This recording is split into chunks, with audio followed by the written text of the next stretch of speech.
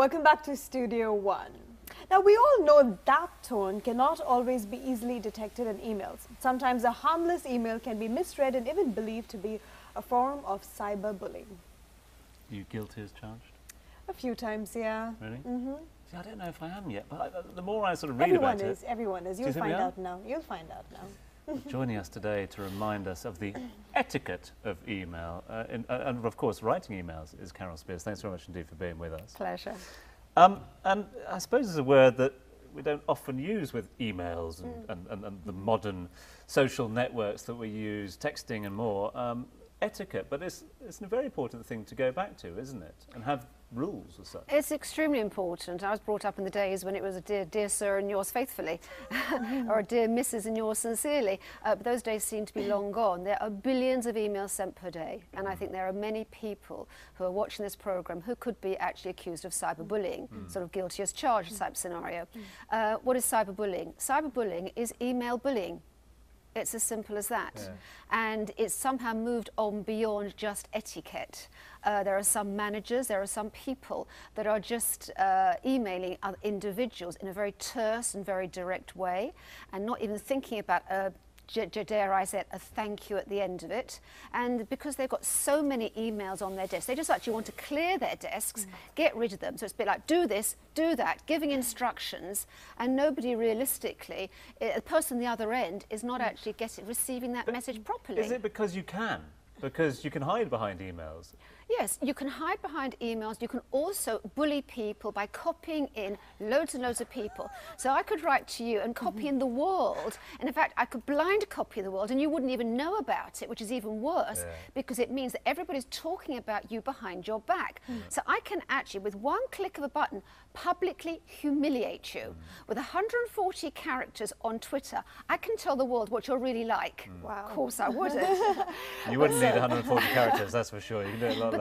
But that's what social media, that's what email is giving us. It gives us that capability to do it. You know, once it's out there, it's out there. You put a posting up on Facebook, it's there.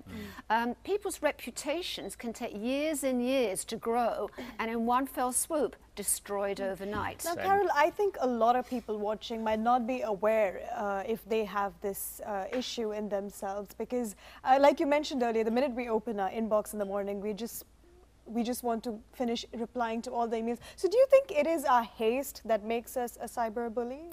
I think it's two things. Number one is haste, because if I got 100 emails in my inbox, I just want to get rid of them so I can just somehow see the bottom of it. So I think number one is haste. But number two, I think there's also intent.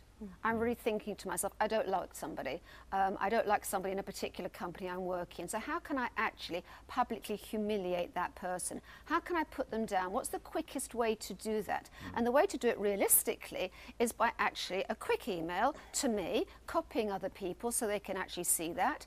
Don't like a piece of work that I've done, and actually saying it in front of everybody, castigating me in front of everybody, and I say humiliating. So I think it's the two sides. One is unintentional and one is really intentional. And in some ways, I know too many people who are quite proud of it. Quite difficult to impose just a set of rules onto emails in general. So let's go through a couple of the do's and don'ts if we can. I'm up against time here, so let's just try and whiz through a few of them, and you let us know the thoughts on these. So, capitals.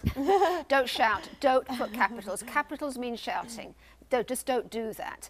Use a thank you at the end of an email. Use something like, I was wondering whether, I was hoping you could, really appreciate it.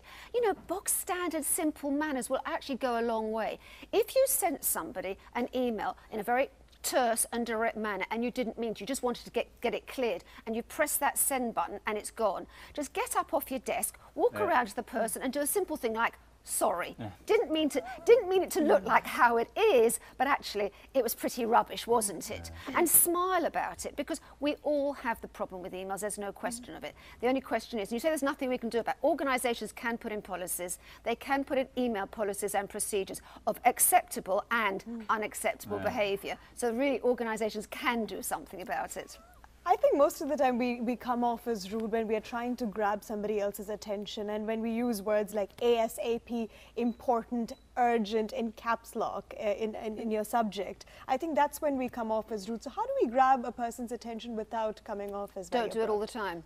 Because every time I write to you, I say it's urgent. It's like the little boy who called Wolf. It's not really urgent anymore. So if you know that you're receiving an email from somebody that says urgent and it doesn't normally say urgent, and ASAP really means as soon as you can, please, really appreciate it. Still put those words at the end. You know, they'll carry you so far, and the thank you for your efforts, greatly appreciated. Keep with the common code of etiquette and polite and courtesy, and you'll actually find that cyberbullying, it'll still be around for some, but actually for those who don't mean to be a cyberbully, you'll knock them off straight away. Try and personalise it, and we are practicing what we preach this evening, because be concise is one of the messages, and that's what we have to be this evening. So thank you very much Pleasure. Thank you for some really good and helpful tips. Thank you.